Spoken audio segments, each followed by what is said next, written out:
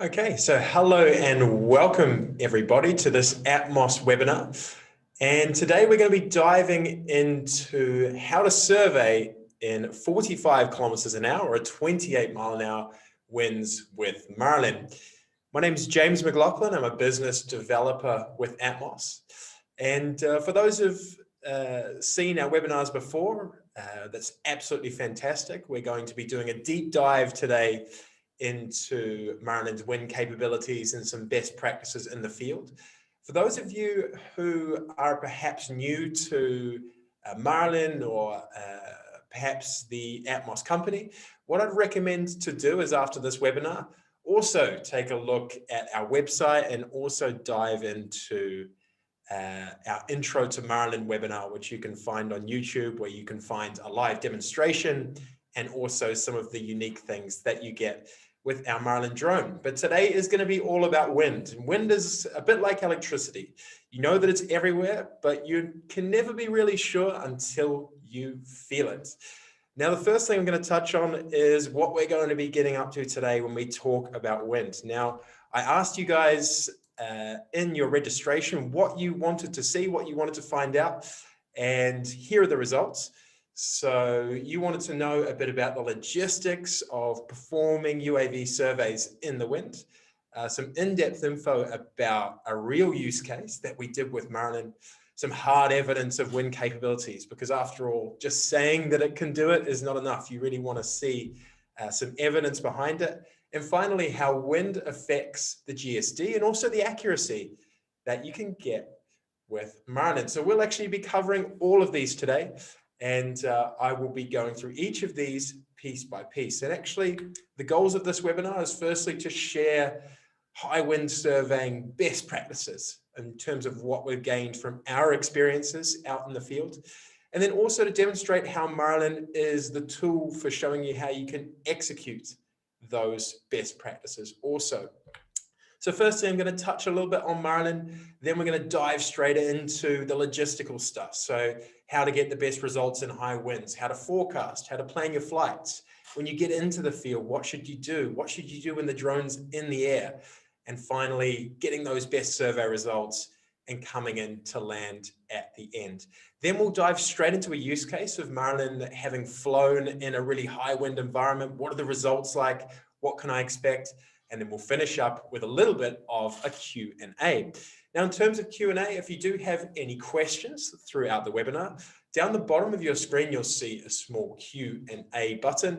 Feel free to enter your questions in there. My colleague Ruth is going to be answering some of those during the webinar as we go along, and I'll also be answering some of them at the end.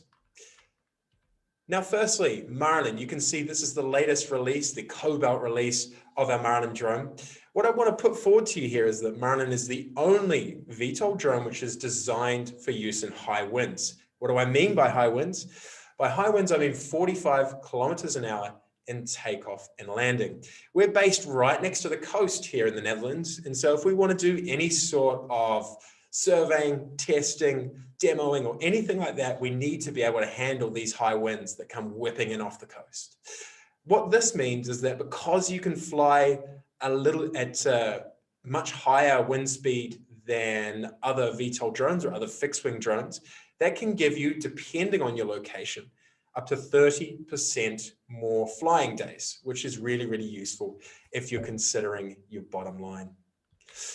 Now, the first thing we'll dive into is some forecasting and some planning. Now, when you're going out and doing a survey in the field, the first thing that you're going to be doing is checking the wind forecast.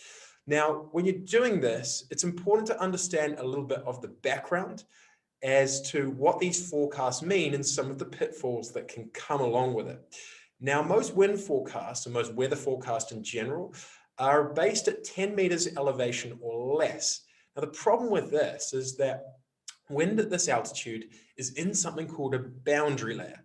Boundary layer meaning that it's being affected by things like buildings, trees, and other objects on the ground. This has the effect of dragging the wind, essentially slowing it. So what that essentially means is that the wind at the altitude of the forecast can be up to 50% lower than what's actually going to be the case at the transition altitude or even your mapping altitude as well. So when you're considering the wind forecast, it's very, very important to always consider not the wind at the ground level, but actually the wind at the altitude at which you're going to be surveying. Now, there are different models and different types of weather forecasts that will be able to tell you this. Now, I'm going to touch on two of them right here, but of course there are more all around the world. These two are GFS, which is from the USA, and ICON, which is from Germany. Now, depending on which model you use, the wind could actually be a completely different speed. So it's important to understand the difference between these two. The difference in terms of time is that GFS is modeling with a 1 minute average wind speed. So the sustained wind gust is measured over 1 minute, whereas for ICON, it's measured over 10 minutes, which means that the sustained wind speed for GFS, depending on the situation, can be slightly higher than that for ICON because it's going to be measuring it over a shorter period of time. So it can pick up those small gusts. On the other hand, GFS is measuring over a larger area than it is with ICON. So if you're interested in, say, more localized wind forecasts, then ICON can be the stronger wind forecast to use. So it's important to understand the differences between the two when you're actually making your forecast. So once you've understood the differences in altitude and the differences with different wind models, it's important now to actually make your forecast. So there are different forecasting websites that will enable you to verify the wind at your location. So you can use Windfinder, Weather Online. We actually use Windfinder. But the best thing for you that I'd recommend when you're going out to do a survey in the field is have a look around some different websites and see what gives you the most accurate or the worst case scenario for your particular area. If you're always conservative and you ensure that you're always working to the highest weather forecast, then wind forecast, then you know that you have the highest chance that it's going to be accurate in the field. Now, to give you a bit of an example as to how we would do it when we were going out and doing a survey, this is an example of a plot from Windfinder. And what you can see is that the sustained wind speed is much lower than the wind gust. So it's important to always look at the wind gust speed, not the sustained wind speed. And it's important here to see that actually the wind is up at or over the limit of, or the 45 kilometer limit of our drone, even though it doesn't say it here on the forecast. So for example, here at 5 o'clock, it says there's going to be a wind gust of 43 kilometers per hour.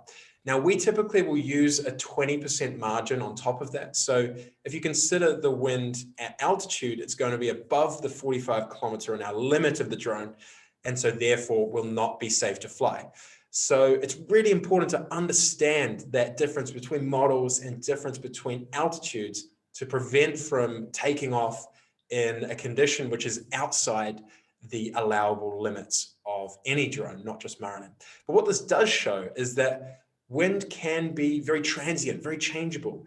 And so it's really important to have a drone which has a larger wind resistance, because if you do end up in a situation where perhaps the forecast has been inaccurate, then it's good to have that extra margin in place to know that you're going to be safe and you're going to be able to bring the drone home.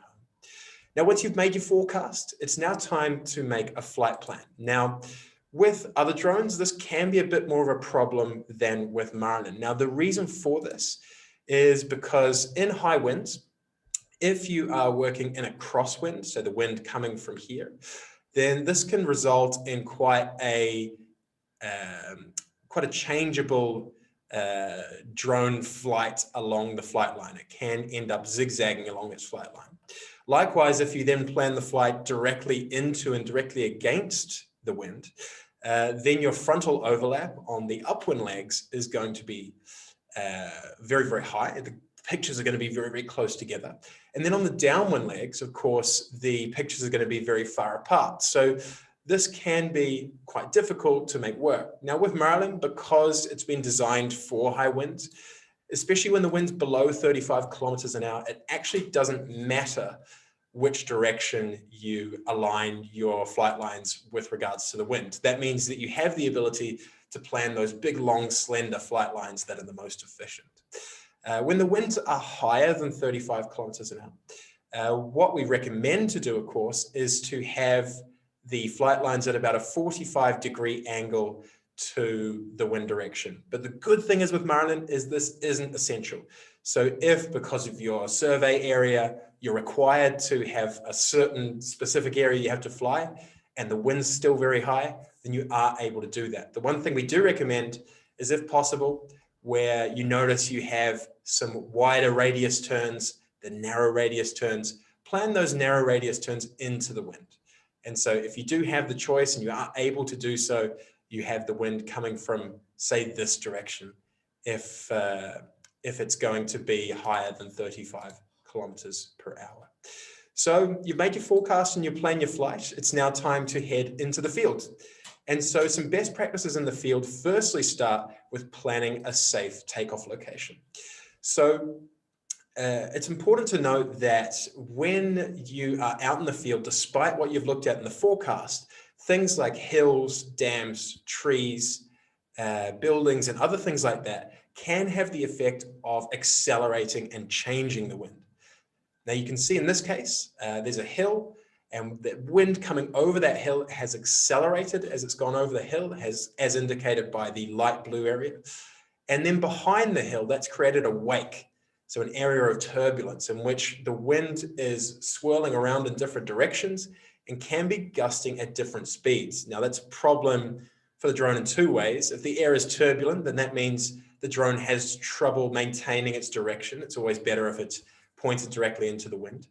And in the area of accelerated wind speed, the area can be up to, the wind can be up to 50% higher. An example of this is a flight which one of our customers has done in South America. The sustained wind speed, or the wind gust speed, was actually below 40 kilometers an hour. It was taking off behind a dam. We found from the flight data afterwards that the wind speed immediately above it was 73 kilometers an hour. So almost double the top wind limit of the drone. So it's really important to figure this out when you're out in the field. Where's the safest place to take off? A nice wide open area. You want to avoid the hills or berms as much as possible. One thing I would say is with Marlyn, you do have the ability, if you do come into this type of situation where the wind at a very, very local point is a bit higher, you have the advantage of being able to take manual control. And so when you have manual control of the drone, what you can do is then bring the drone up to a higher altitude in helicopter mode, so she's clear of any areas where the wind is accelerating, and then move away to a calmer area and bring the drone in for a nice controlled landing. When you're out in the field also, it's also important to, even if all the other steps have been taken and completed successfully, it's good to get a backup reading with an in-field anemometer. It's always important to point that into the wind as well. We use a wind vane on a camera tripod. And this just serves as the absolute backup for all the other readings you've done, and make sure that you're going to be safe when you go to take off. Also, when you're in the field, there are different things to consider as well. Say Marlyn is positioned on the ground before the flight. It's quite handy to position the side with the lowest frontal area into the wind. So turn Marlyn 90 degrees so that the wind isn't moving directly into the wings. You can also put it behind a car or something else to ensure that Marlyn doesn't get blown away if the wind gusts get too high. But once you've taken all those precautions, you've measured the wind, you've looked at the forecast, you've made a great flight plan, it's now time to go and take off and to go and do a survey. So that's what we're going to be looking at now. Before we start looking at actually taking off and flying, it's really important to understand the difference between the ground speed and the airspeed to enable you to be safer in flight. Now, the airspeed is actually the wind speed or the airspeed that the drone is seeing. So that's the speed of the air which is moving over the drone's wings and is measured by the pitot tube on the drone. The ground speed is actually the speed that the drone is moving across the ground. And this is actually measured by GPS. So the effect that the wind can have on this difference is illustrated here. You can see that if the drone holds the same airspeed of 60 kilometers per hour, but the wind is directly against the drone at 20 kilometers an hour, the ground speed, so the speed at which Marlyn is essentially surveying across the ground, is going to be the subtraction of those two, so 40 kilometers per hour. Likewise, if the wind direction is reversed and the wind is behind the drone and the drone has an airspeed of 60 kilometers per hour, then the ground speed, so the speed the drone is surveying across the ground, is 80 kilometers an hour. Now, the great thing about this is if you understand the difference between these two, then you can actually get a really accurate measure of the wind speed when the drone is on its directly upwind and directly downwind legs. So this means that when you're in flight with Marlyn's Navigator software, you can use this airspeed and ground speed reading that you can see just here. If you subtract those, then you can see, especially when the drone is facing directly into the wind, that whether the wind speed is within the allowable limits or not. So you've done all your forecasting, you've done all your local measurements, but you get up in the air, the aircraft transitions, she's heading into the wind, and you notice that the subtracted number is higher than 45 kilometers an hour. You have the ability to trigger the go home function and bring the drone home for a nice, safe landing before anything has the chance to go wrong in this case.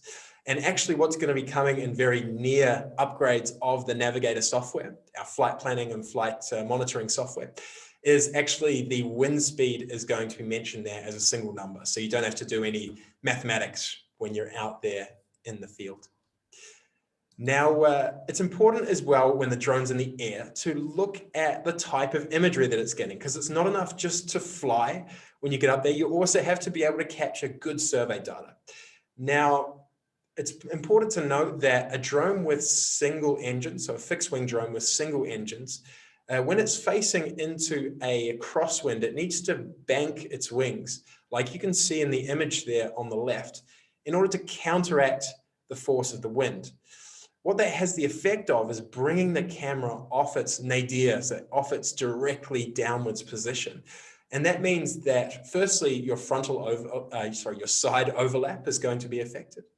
And secondly, it means that the GSD is not going to be constant across each image. The side which is closer to the ground will have a lower GSD than that which is further away, which is a big issue. With Marlyn, you don't have that issue.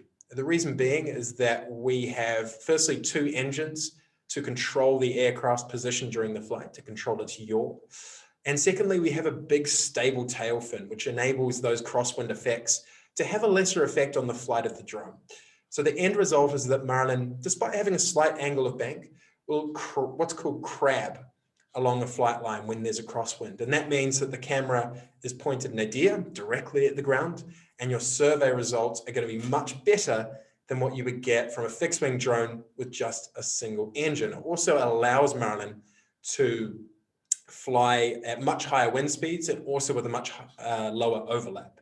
So other drones will recommend that you go and take off and fly with a 70 or 80% side overlap. With Marlyn, you can get away with a 60% side overlap, even at high wind speeds. And we'll be showing you that a little bit later when we get to our use case.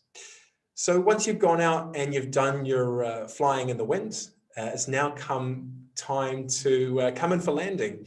And so when you're landing with a VTOL drone in high winds, it's really important. Well, 2 things are really important. Firstly, is to maintain the position above the home point. So the drone's going to be leaning into the wind in order to do so. And secondly, when you land, it is really important to have no horizontal speed. So what I'm going to do is I'm going to show you a video of a landing with Marlyn in winds that were actually above the requirement. It was slightly above 45 kilometers an hour. And what you'll notice that the pilot does is he takes manual control of the drone when the drone's at 20 meters above the ground. The drone will come in for landing and you'll see it leaning into the wind. And then just above the ground, about half a meter above the ground, the pilot will stop. The drone will automatically kill any horizontal wind speed automatically. And then he just brings the drone down. As soon as the drone hits the ground, the engines turn off and Marlyn's got a really nice stable cross platform underneath. So that means that it's a nice stable base. When the engines turn off and the weight of the drone brings her to the ground, there's no hopping and there's no sliding or tipping over like you can get with some other VTOL drones. So I'll show you this video here. So you can see the drone is automatically coming down to 20 meters of altitude, leaning into the wind. And it's also at this time that the pilot has taken control. You just heard his call. He's bringing the drone down to about 0.5 meter above the ground. You can see the drone leaning into the wind. And then at this point, he's going to stop the drone. The drone's going to kill any horizontal speed. And then you can see the drone hits the ground. As soon as it does so, engines turn off, and that nice stable base means that the drone makes a safe and successful landing, even at very high wind speeds, which are actually out of the spec of the drone. So that is essentially the logistics of how to go out and fly a successful survey in high winds. Now, what we're going to dive into now is what you guys asked for, which is a little bit of some hard evidence and some ideas of the survey results of a real survey with Marlyn, which he's done in very high winds. So the actual survey task was representative of a basic survey task that a surveyor would go out and do in the field.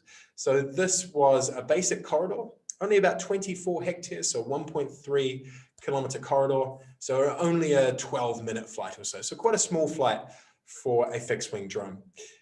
We did the flight at 110 meters of altitude, corresponding to just under 1.5 centimeters of GSD. And as I mentioned before, despite the wind conditions on site, we only used a 60% side overlap for the flight. The frontal overlap, with the Navigator software, you can actually choose between time-triggered imagery or position-triggered imagery. In this case, it was time-triggered imagery. And so essentially the camera was taking a photo every 1 second.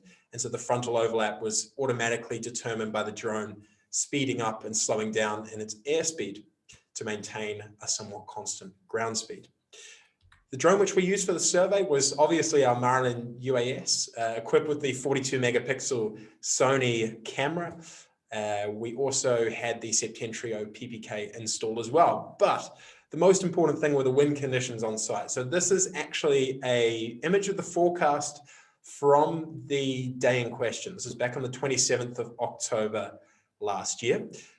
So you can see from this wind forecast that firstly, it was using the GFS forecasting model, which tends to be the most accurate for our area. And if you look up at us in the Netherlands, you can see that the color there is I suppose, a slight blue aquamarine, which is corresponding to about 25 knots in the legend down here. Now, if we also look just offshore, you can see that it was also slightly darker. So that means that the winds were at the coastline somewhere between 25 and 30 knots, which corresponds to about 50 kilometers an hour or 30 miles an hour. So this is obviously above the recommended survey wind speed of the drone. However, we'd flown with this many times before, so it was considered to be okay for the conditions on that day. But of course, as I've just described, the forecast isn't everything. It also, the wind can be different on site. So in order to give you some in-flight evidence that you requested of the wind conditions, we also have a plot of the data from the autopilot during the flight. Now, what this shows is the difference between the airspeed and the ground speed during the survey. And so what this means is that if we subtract the airspeed of the ground speed at the times that Marlyn was directly going into the wind, we can actually find out the wind gusts that were found during the flight. So you can see the wind or the difference in airspeed and ground speed is measured on the left-hand side, and the time during the flight goes along the x-axis. You can see that there's peaks and troughs on this graph, and this corresponds to the times that Marlyn was either going in an upwind or downwind direction. But what's most important are the absolute maximums and minimums of this graph, because these show the maximum wind gusts which were encountered during the survey.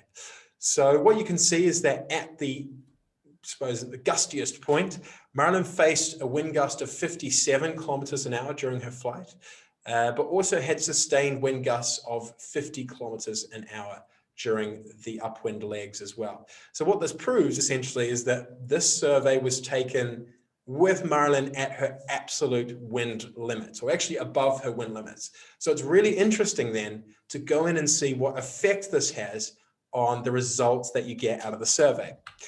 So this is a plot of the overlap that was obtained throughout the corridor. There are two things that are really important to mention. Firstly, that the flight lines themselves are still very straight because of Marlyn's twin rotor control and also because of the large stable tail fin. She was able to stay on her line despite the fact that there were some quite high winds that were gusting around on site. Also, what you can see is that throughout roughly 90% of the survey area, the image overlap requirements were at the 9 or above level, which is required for a good survey. So even though we used 60% overlap, even though the winds were so high, we were still able to get a really, really nice model out of it. Now, in terms of the accuracy, we had a number of known points across this survey area that we did. 6 of them were used as ground control points, but we also used 5 of them as checkpoints to verify the absolute accuracy. Now, it's a general rule of thumb that X and Y absolute accuracy is generally speaking about 2 to 3 times the GSD of the model. Now, if you remember, our model had a 1.45 centimeter GSD. Our X and Y errors came out roughly about 2 times the GSD, which is a really good result. But the most important thing is actually the vertical errors. Now, these are typically, as a rule of thumb, about 3 or 4 times the GSD of the model. Now, despite the fact that we had high winds and 60% overlap, and the area was mostly very flat road and grassy area, we were still able to obtain Z errors in the absolute of 1.53 centimeters, which is really, really impressive and completely within what you would expect for a drone survey to go out and do for your customers as well. So I think what this proves is that Marlyn is a drone that you can take out in high winds, do your regular survey tasks, and still come out with really good results. And so what I want to do now is I also want to show you some more imagery, some more videos, I should say, of Marlyn going up and doing flights and surveys in high winds. So I'm going to show you a video. Marlyn's going to take off. Then you're going to see one of Marlyn's emergency options. So Marlyn's going to transition in the middle of her flight and then continue on to the rest of the flight. This is actually an emergency function which is new with our COBALT release, and it's a safety feature there for you surveyors. If a helicopter comes into your area, you have the ability to pause the flight and then continue. And then we're going to show again Marlyn coming in for a landing. So you can see Marlyn's here in the field. The wind conditions on this day were between 9 to 15 meters per second. So that's around about 45 kilometers an hour, roughly about 28 to 30 miles an hour. You can see Marlyn takes off. As soon as she takes off, she moves back a bit to catch the wind as such before moving back to her home point. Still nice and stable in those high winds. And then she transitions and moves into airplane mode, takes some time to gauge the wind speed and direction, and then moves off towards her survey area.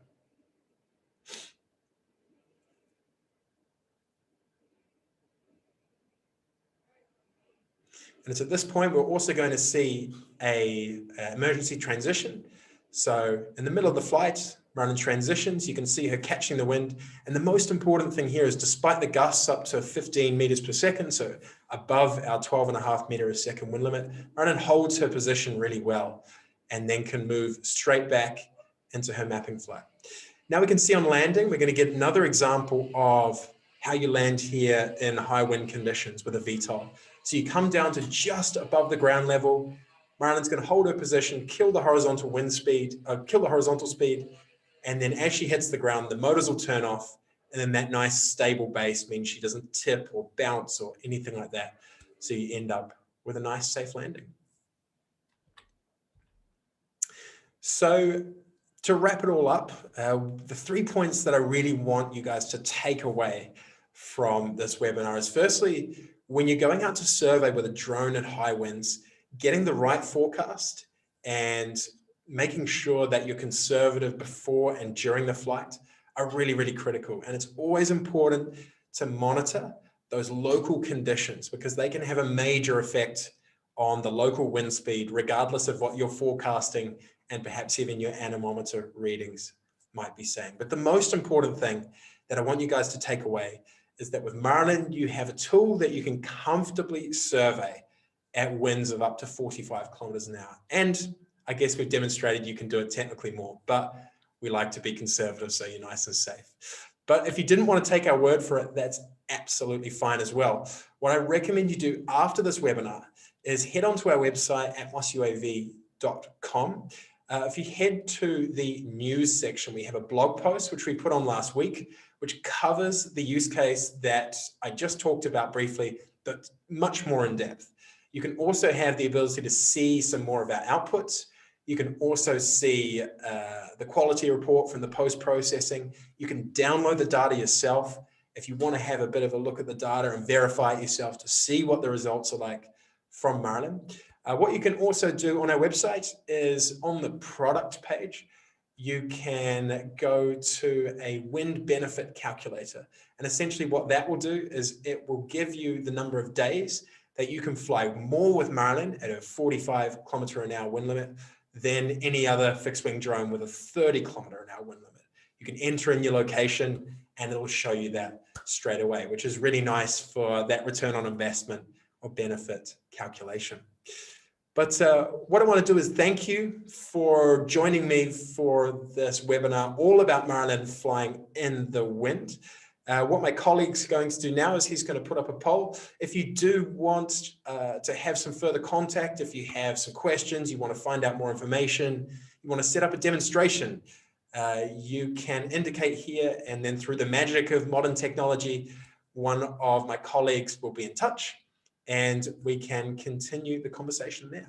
So what I'm going to do is dive into our Q&A.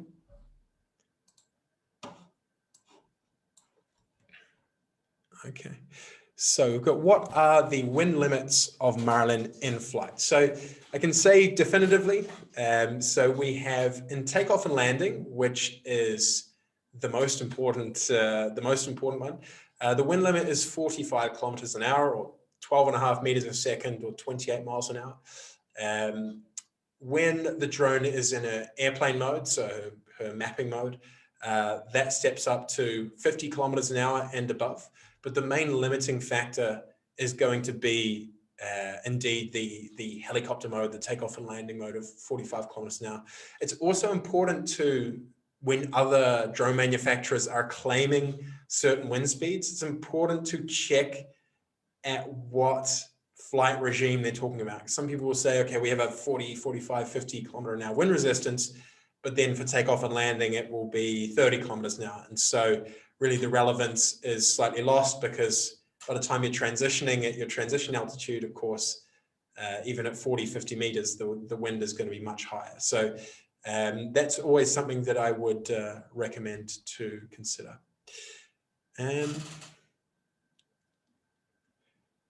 Do we cover the belly landing UAV operations in high wind? No, we're not going to be covering the belly landing stuff. So indeed, belly landers have much more difficulty with high winds. Firstly, because as I mentioned before, most of them have that single motor there. And that makes for difficulties when you're flying in crosswinds because the drone has to bank against the wind, which of course has negative effects on your side overlap. And also just means that the drone is going to be constantly moving across her flight line. So the imagery is not going to be as good and it's going to be more unpredictable. But this is not something you have to worry about with Marlyn. Then of course you have the landing process, which is also something which is much riskier with a belly lander in the wind as well. Does Marlyn always need to fly crosswind when mapping? No, she doesn't. So indeed, winds of lower than 35 kilometers an hour, you can actually orient the wind in any direction. So against the wind, with a crosswind, anything you like. When the wind is above 35 kilometers an hour, it is preferable, but not essential to have the wind direction at about a 45-degree angle to your flight lines. But as you can see from the use case, also if you jump on and read the blog post, you'll be able to see that at various times during that flight, Marlyn was directly into the wind and then also in a direct crosswind. And that didn't have actually much of an effect on or didn't have really any effect on the side overlap or the amount of images that you were able to get within that area. So to answer your question, no, you don't need to fly crosswind when mapping. We also got a question, does the pilot need to turn the UAV into the wind for landing? Good question. Marlyn does indeed need to transition into the wind every time she comes in for landing. However, Marlyn will detect this automatically. So you don't need to worry about having to do anything. Essentially from takeoff throughout the flight until 20 meters before the ground, Marlyn is going to be completely automatic. So I can see there's actually quite a few questions in there. So what we'll do is for those of you who we don't get to, those of you who we haven't got to, sorry, we will actually get in touch with you in person. So I will wrap it up now. So thanks again for joining us on our WIN webinar. It's been an absolute pleasure to speak to you today. And if you do want to get in touch with us further, the poll is still open. Feel free to jump in there and indicate that you want to speak to us. And we'll look forward to seeing you on our next webinar.